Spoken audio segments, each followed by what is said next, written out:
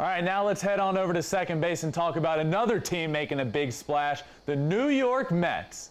Now, I feel like we've heard this story before. Oh, the Mets are going for it. The Mets are going to try and be good. Look, they're making quite the splash so far this year. So look, let's start a little bit back. Let's take a step back. Steve Cohen has come in as the owner of this team and has been very transparent that he is going to spend a bunch of money and he wants to win. He wants to win. So they have a little bit of time where they appear to be good, and in this past season they're in first place a lot, but they end up tanking, and Javi Baez comes in, but he's okay, but the team started doing awful. It all fell apart, and it was awful. Typical Mets. But this offseason isn't typical Mets. Max Scherzer, 3 years, $130 million. Over $40 million a year for Mad Max. This guy's older, obviously. He's towards the end of his career.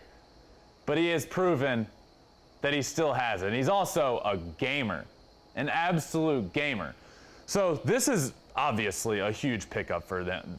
One of the, if not the biggest starting pitcher on the market, certainly one or two. I want to put my brother up there, even though he's coming off of TJ, but I digress. He's one of the top free agent pickups as a pitcher you could have. Now what do we have? Now let's look at the Mets rotation.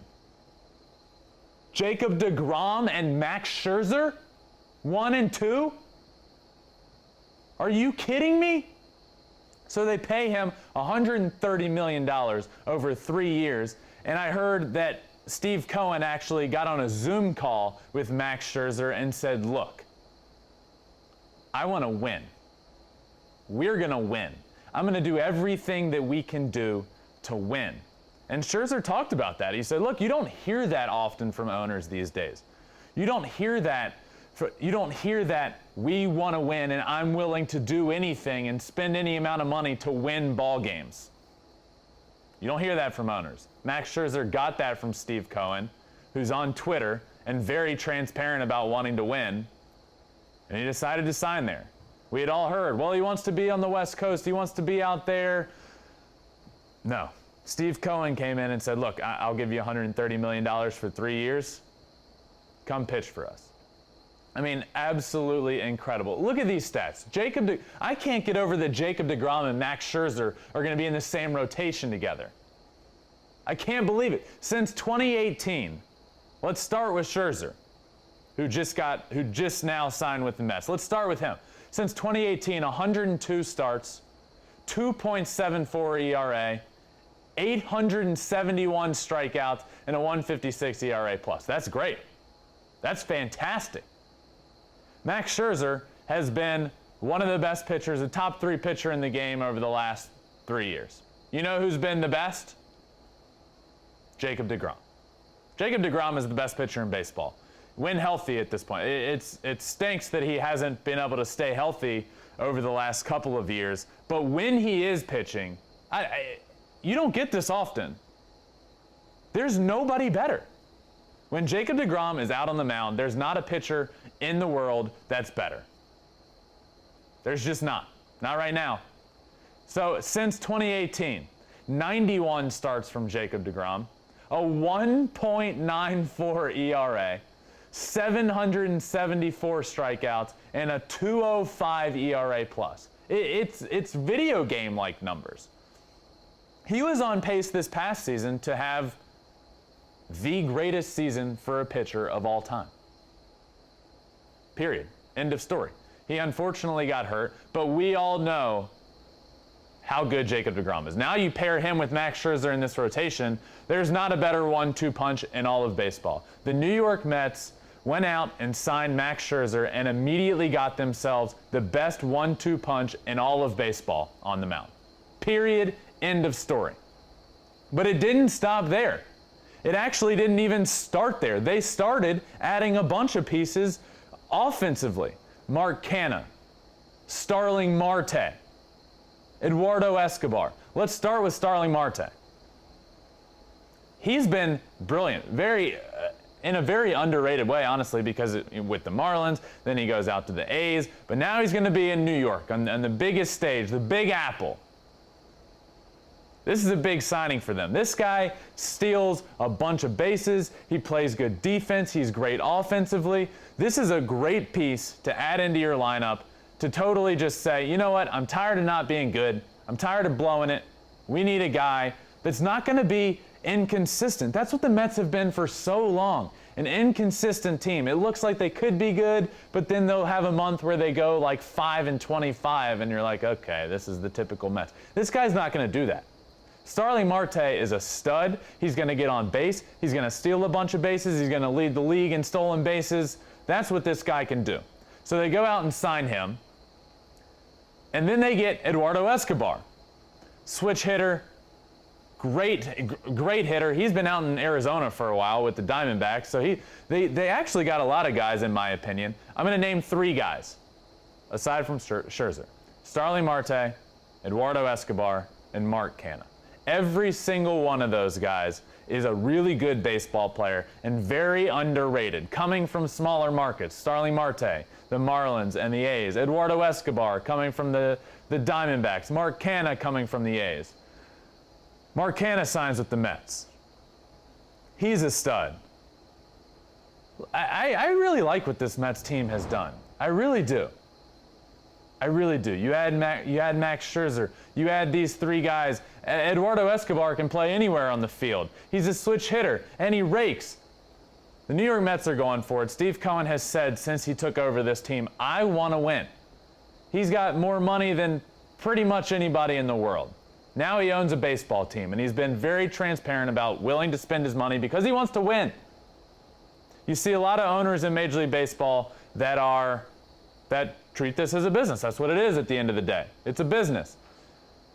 Steve Cohen came in and said, I just want to win a World Series, and I want to do anything I can to make that happen. So he signs those 3 guys, Escobar, Canha, Marte, and then the big splash, the biggest free agent piece of them all, Max Scherzer.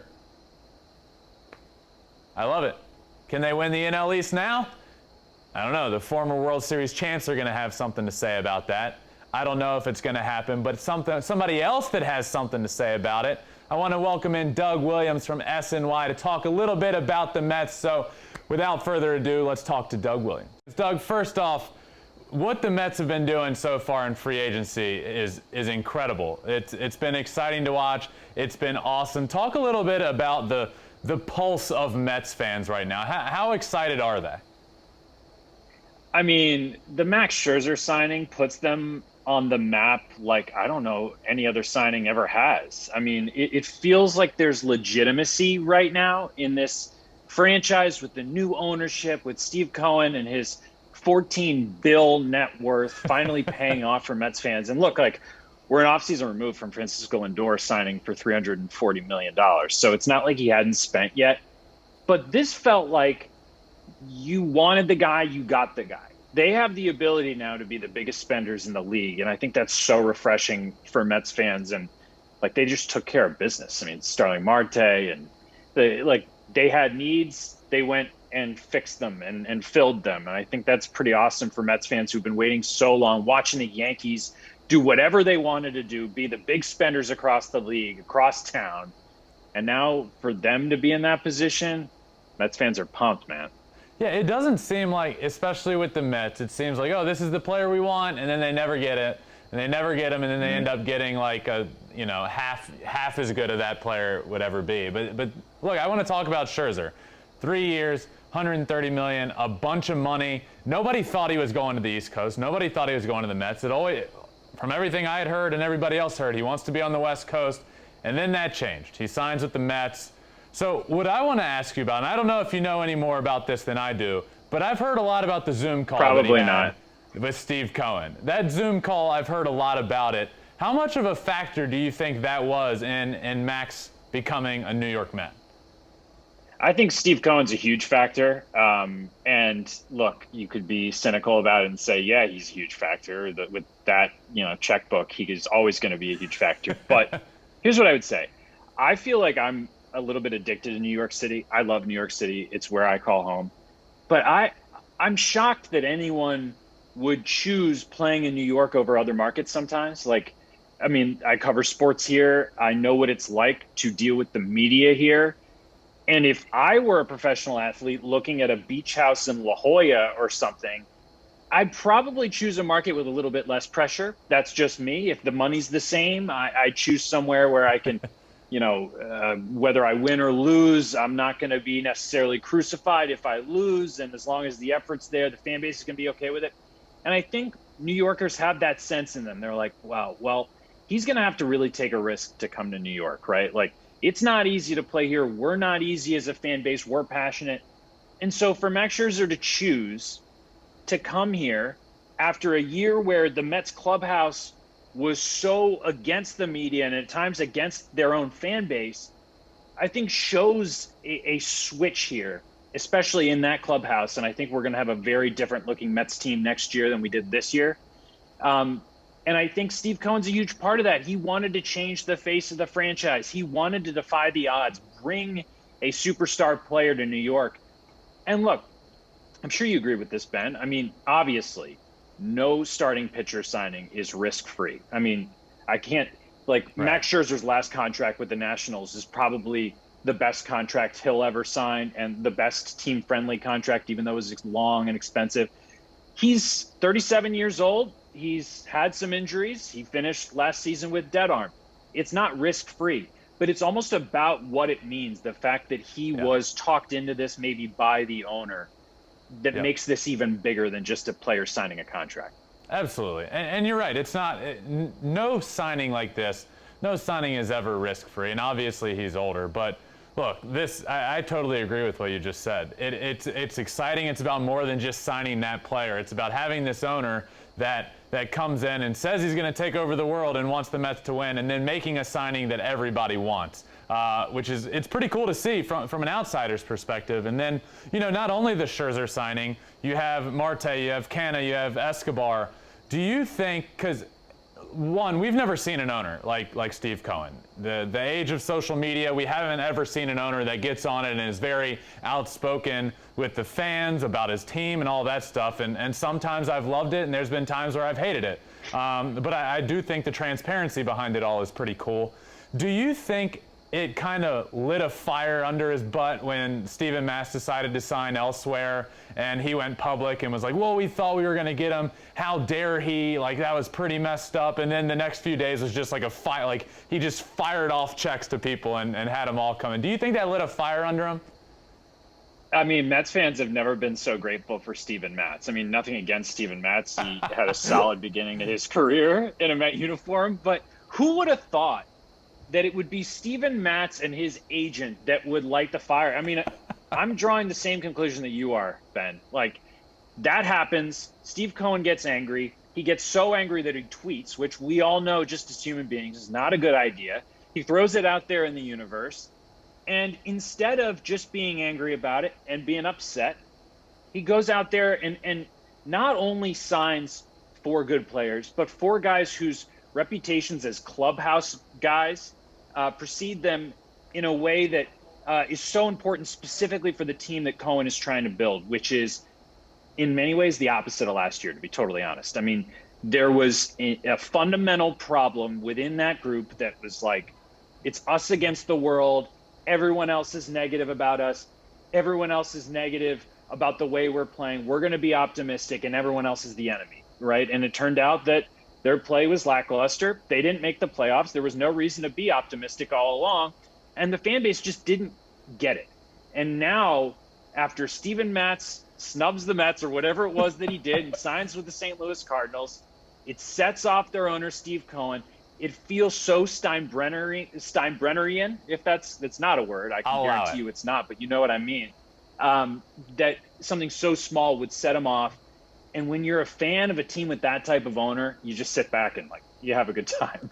It's funny because he has so much money. I mean, he is so wealthy, and he's new in the baseball space. So this stuff happens all the time, like what happened with Steven Matz, literally all the time. But because Cohen is the way he is and has so much money, this probably is his first experience of saying to somebody, hey, I'll give you a lot of money. Here it is. And then somebody just not even responding and being like, I'm going to go sign over here. And then he's probably like, how dare this happen? Watch what I'm about to do, which is absolutely incredible.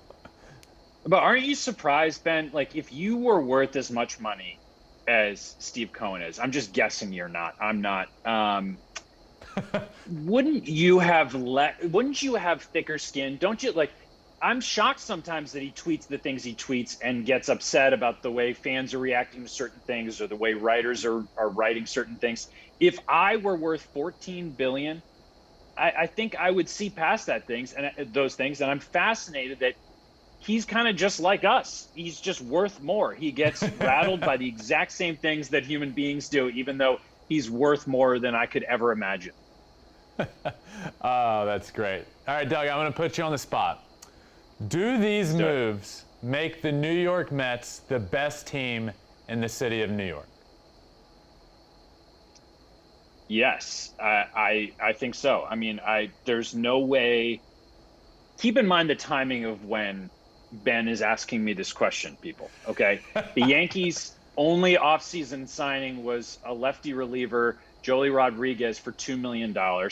They're getting crushed in this town. The Mets just went out and signed the 4 players that we're talking about. They've got Lindor and Scherzer on the payroll. I know the Yankees just made the playoffs and the Mets didn't. So technically, the Yankees are coming from a better place than the Mets are. But it's hard not to get swept up in the way this feels right now, which is that the Mets have the back page. The Mets are going like this. The Yankees, I mean, it's flat, if not maybe descending. And that's fascinating because the Yankees seem to get so close every year, have not been able to get over the hump. And Yankees fans are just like, what are you doing, Brian Cashman, Hal Steinbrenner? What are we sitting on? What are we waiting for? Carlos Correa's out there, and that's the last guy the Yankees fans are kind of clamoring for. It was Corey Seager, now it's Carlos Correa. But as of right now, I would tell you the Mets have a more well-rounded roster, and what I really mean by that is they've got DeGrom and Scherzer at the top, which is so scary for any other team in the National League. And I still think the Mets have work to do too, and I think they will do that. I think Dom Smith, Jeff McNeil might get moved, and I think they're going to build the back end of their rotation. I think the roster is going to look so different next year. Yeah, well, that was going to be my next question to you. Are the Mets done? I know we're in a lockout right now. Nothing's going to happen until that's done. But when the lockout is gone, when we're back to signing players, and hopefully that's sooner rather than later, I have to imagine Steve Cohen's not going to stand pat and say we're good to go. I feel like he's going to go get something else, right? Yeah, I think middle of the rotation, they still don't have a lot of sure things. Taijuan Walker is in there with Scherzer and DeGrom, who, by the way, is coming off an injury-plagued season with an issue with his forearm and elbow. So that's, I guess, a question mark too. But Carlos Carrasco is coming back from injury. David Peterson's coming back from injury. Tyler McGill was impressive at times last year. You're trying to figure out a rotation there. That's what makes me think, 3 or 4 type guy. Steve Cohen will still add to the rotation. The bullpen is pretty solid. They've got some good arms out there. They'll make 1 or 2 additions. And then, like I said earlier, there's been this kind of lack of a core that we keep calling a core with the Mets for a long time, because it was, Conforto, Nimmo, McNeil, Alonso, Dom Smith. And we thought after the way the season ended in 2019, which was full of optimism, even though they didn't make the playoffs, that the Mets were destined to be a playoff team for years to come with this group of young players. Didn't turn out that way. COVID season in 2020, no postseason. 2021, they missed the postseason again. And now it feels like that phase is over. So does Dom Smith get moved? I don't think so, because the DH is coming and Pete Alonso will be your DH. Dom will be at first base. I think Jeff McNeil may very well get moved. I don't know if the Mets, they moved on from Chili Davis as a hitting coach, and I don't think that jived with Jeff McNeil and the way he thinks about hitting. He may just need a change of scenery, just like Steven Matz did. So maybe one day he'll end up making the owner mad again, just like Matz did, and the Mets will sign somebody to $400 million. It's funny. I was leading up to me talking to you, I was looking at this Mets team and all the moves they've done and all that stuff, and then it's easy to forget. I feel like they're getting a whole new player in Francisco Lindor next year, because I almost like wash out what we saw from him last year. You know, we know he's a better player than that. He got off to such a bad start, and then honestly started to turn it around a little bit, and get comfortable in a city that he hadn't obviously played in before.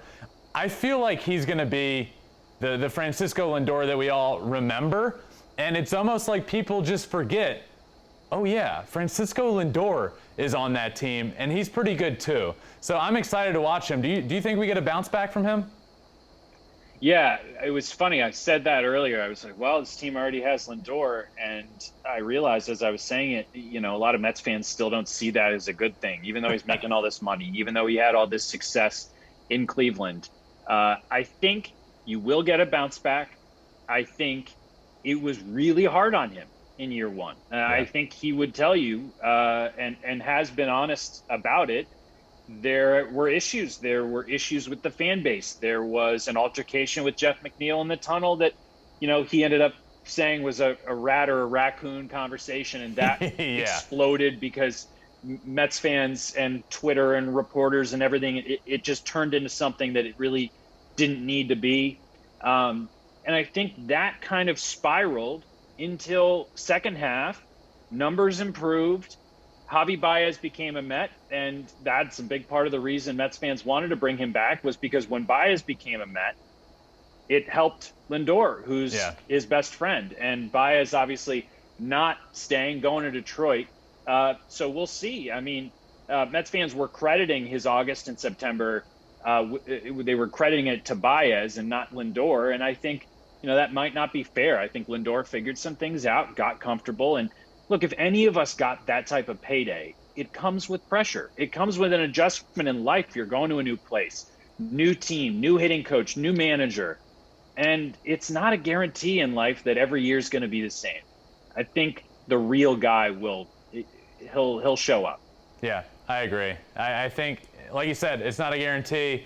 We talked about it with Scherzer. What I do know is a guarantee, at least in my opinion, and I'm assuming in yours as well, the New York Mets have the best 1-2 punch in all of baseball at the top of the rotation. In my opinion, that's not there's no ifs, ands, or buts about it. It's Max Scherzer, or it's Jacob deGrom and Max Scherzer, best 1-2 punch in baseball. I think it's interesting, the little slip there, Ben, because you put deGrom above Scherzer, which I agree with. Because I think, you know, he's the guy, he's the hometown guy, he's the best pitcher in the world. But, you know, I mean, Max Scherzer's a Hall of Famer, one of the best pitchers in baseball. What I keep picturing is not even like games 1 and 2 of a DS or a CS. I keep thinking about like a game 7 where one of them is on normal rest and the other's on like 2 and comes in inning 5 or 6, and it's just the two of them. That is what Mets fans are thinking about, that we as a team, like our team, can put anybody away with these two guys at the top of the rotation. So, I mean, the expectations should be sky high, because even after a postseason where we saw a lot of starting pitchers get, removed after 2 or 3 innings that were pitching well, it seems like the state of the game. Even with that, starting pitching is still valued. I mean, look how much money they're paying Max Scherzer.